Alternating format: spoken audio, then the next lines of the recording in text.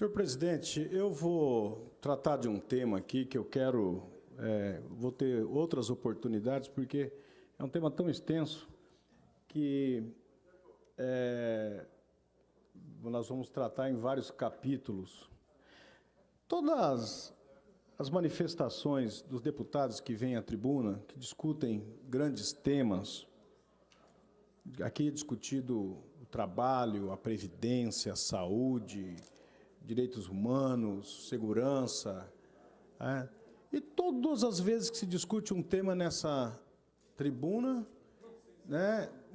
uma das questões que é levantada é exatamente a falta de capacidade do Estado de cumprir as suas obrigações, em função de viver uma situação deficitária, aumentada quando você tem período de crise econômica, e o Estado fica sem recursos, sem dinheiro para fazer frente às demandas, fazer frente às necessidades que são manifestadas pela população. Então, nós temos que tratar como um dos temas centrais a capacidade que tem o Estado, a capacidade financeira, a capacidade tributária, fiscal do Estado. Discutir isso com mais profundidade, com mais veemência, para a gente analisar se realmente nós temos aqui no nosso Estado, logicamente guardadas as limitações constitucionais, os poderes, as prerrogativas, mas se o Estado utiliza de uma maneira justa o seu jeito, a sua capacidade, a sua forma de fazer justiça tributária. Na minha avaliação, não. E quero dar alguns exemplos por quê. Mas é necessário que, antes disso tudo, nós façamos algumas considerações. Espero que na próxima eleição, deputado Enel Fellini, seja um dos pontos fundamentais discutidos, principalmente para aqueles que são candidatos à Câmara Federal, ao Senado Federal, ao Executivo Nacional, a necessidade de se fazer duas e fundamentais reformas no nosso país. Primeira, a reforma política. Se nós não fizermos a reforma política, qualquer projeto, seja de quem for, que queira chegar ao Planalto ou que queira chegar ao Congresso Nacional, se não discutir esse tema com profundidade, vai estar fazendo uma discussão pela metade, uma discussão que não é completamente verdadeira, portanto, na minha avaliação, uma discussão que não serve aos interesses e às necessidades do país nesse momento. Segundo, a reforma tributária. Nós não podemos mais viver num sistema tão injusto e desigual de tributação como nós vivemos no nosso país. E dos 2 últimos anos para cá, depois do golpe de 2016, na ex-presidente Dilma, essa desigualdade, ela aumentou na prática.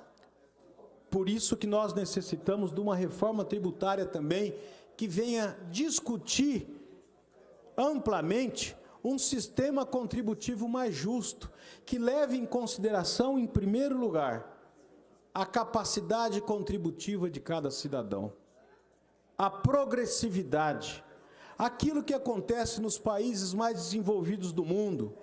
Nós gostamos muito de nos comparar com a Europa, com os Estados Unidos, com países avançados em alguns setores, mas principalmente para colocar o Brasil como quintal do mundo quando nós falamos, porque na Europa o povo é educado, tem acesso à educação, tem acesso à saúde de primeira qualidade. Só que na maioria dos países na Europa, por exemplo, a carga tributária também é alta, embora lá o sistema de retorno funcione muito mais do que aqui no Brasil. Esse é o grande problema. Mas lá também, na maioria dos países como França, como Alemanha, como Suíça, como Suécia, o Japão, que não está na Europa, mas também tem um sistema semelhante, lá existe também uma tributação mais justa. O sistema não é tão pernóstico como é no Brasil.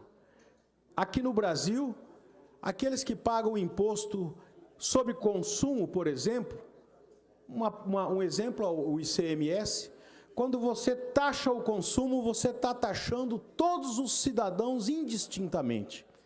Você está taxando do mais abastado ao mais humilde cidadão desse país.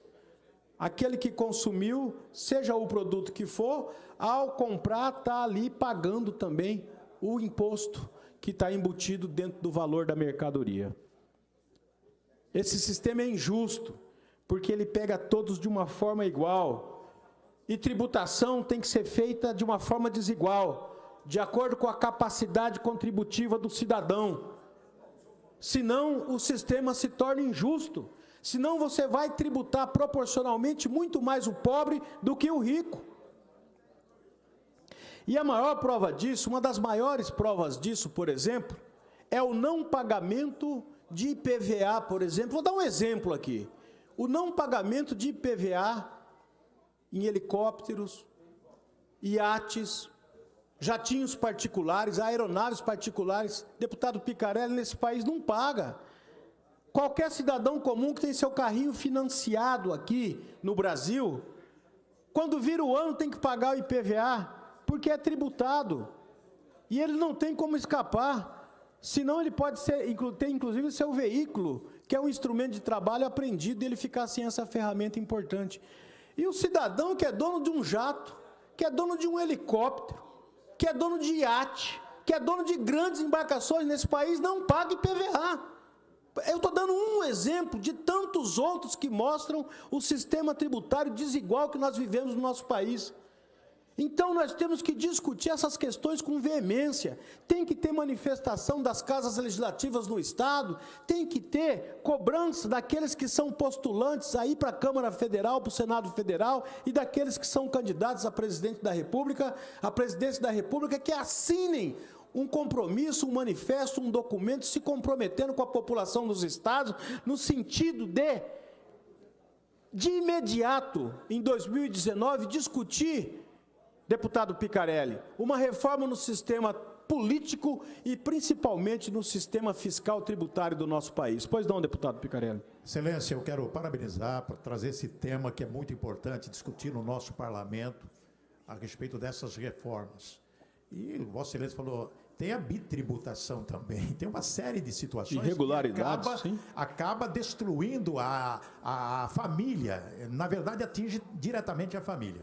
Mas eu gostaria de até pedir uma luz para Vossa Excelência, que domina muito esse tema. Eu fui presidente da Unali e há 20 anos atrás, ou durante todo esse período que eu estava na Unali e no Parlasul como presidente, nós discutimos no país, com as Assembleias Legislativas e fora, através da Confederação Parlamentar das Américas, a reforma tributária, a reforma política. E se falava já antigamente a respeito da reforma política e reforma tributária, que se discutia no Congresso, discutia no Senado, mas não saía do papel e não saía da discussão. Ninguém conseguiu levar a efeito essa reforma tão importante que é a reforma tributária. E principalmente a reforma política. Agora, eu quero à luz de Vossa Excelência o seguinte, o porquê os congressistas não se preocupam com esse tema.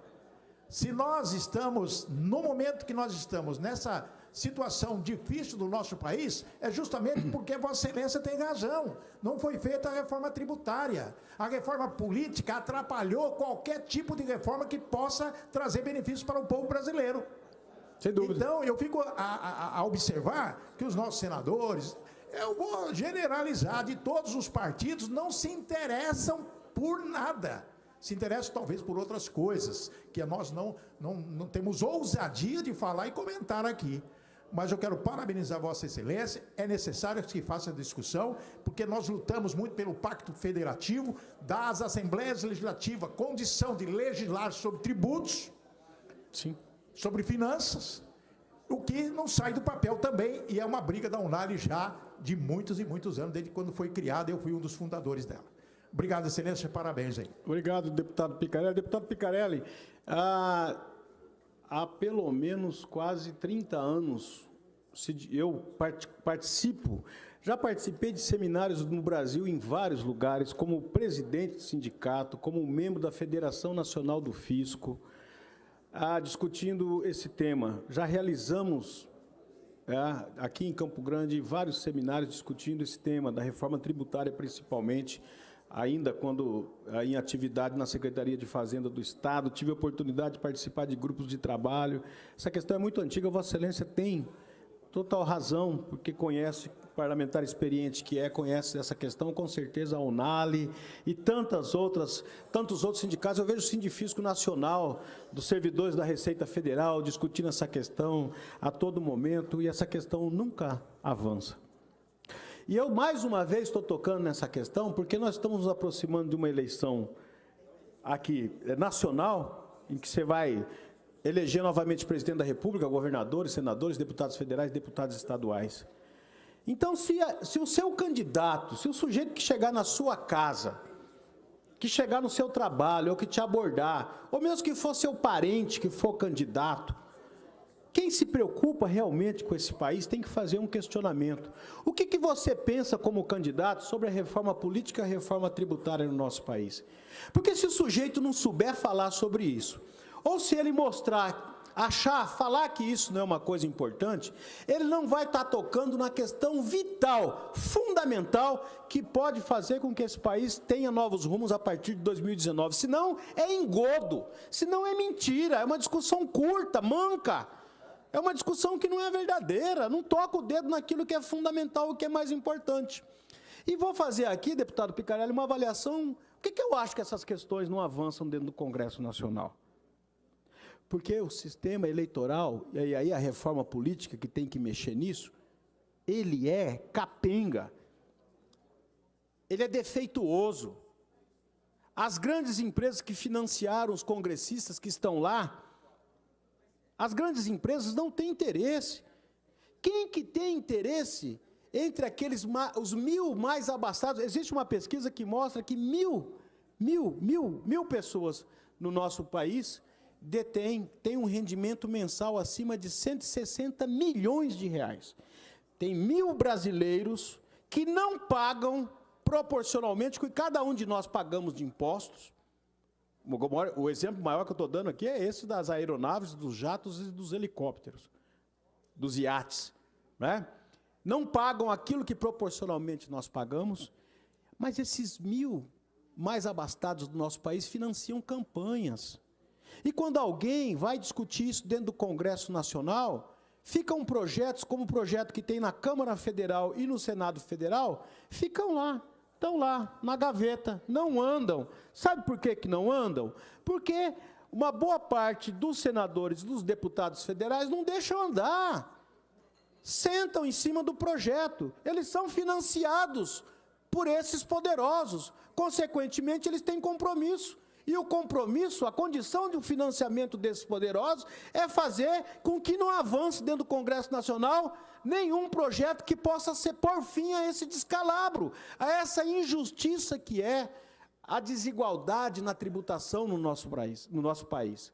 Num país tão desigual quanto o nosso, você não corrige, você não dá dignidade, principalmente para os mais humildes, se você não chegar nos mais abastados e fazer eles pagarem o que eles têm que pagar de impostos. E aí não avança por causa disso, infelizmente, a reforma tributária no nosso país não avança por conta disso, deputado Picariello. Então, o que nós precisamos é fazer, mais uma vez, essa discussão oportunamente, com uma forma mais enfática, de uma forma mais verdadeira, de uma forma mais justa.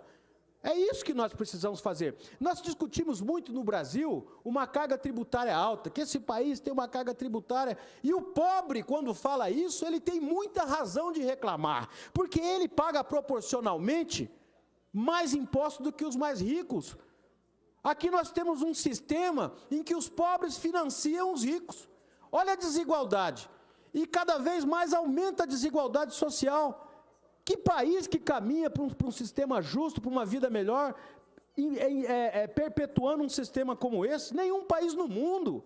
Aonde há dignidade e respeito ao ser humano, melhor distribuição de renda e condição de vida, é aonde a desigualdade é menor. É aonde, por exemplo, os produtos básicos não são taxados para sobrevivência. É aonde, deputado Zé Teixeira, Aquele que concentra a renda, como esses 1.000 brasileiros mais abastados, que ganham mensalmente mais de 160 milhões de reais, a tributação chega nele na mesma proporção que chega a qualquer um de nós. E eu falo isso com muita tranquilidade, sabe por quê? Porque eu acho que aqui, nenhum dos 24 deputados, nenhum de nós que estamos aqui, talvez que estejamos no Estado, tenhamos um rendimento como esse. Essas pessoas, uma boa parte delas, não estão nem aqui dentro do Brasil. E aqui nós estamos brigando para manter um sistema injusto como esse. Como se nós fizéssemos parte dessa grande classe. Nós não fazemos parte dessa grande classe. Nós somos todos aqui, no máximo, classe média. Nós temos que saber qual que é o nosso lugar dentro da sociedade para defender aquilo que é correto e fazer com que a tributação chegue a esses abastados e possam financiar, ter a sua função social de construir uma sociedade menos desigual. Pois não, deputado Zé Teixeira. Deputada Marildo, eu quero comentar a Vossa Excelência porque o tema que traz à tribuna talvez é um dos temas mais relevantes para a construção de um futuro melhor para o país. Sobre questão tributária, Vossa Excelência discute com muita profundidade, até porque pertence ao setor e é um tributarista. Agora, a reforma política, ela é necessária e ela vai acontecer. Queira ou não queira, ela vai acontecer, porque deveria, nessa eleição, já ter sido implementada a cláusula de barreira. O partido que não tem representação está fora. Concordo com Vossa Excelência. Concordo com Vossa Excelência, número, gênero e graus. Eu estou aqui nesse plenário há 5 mandatos com um único partido.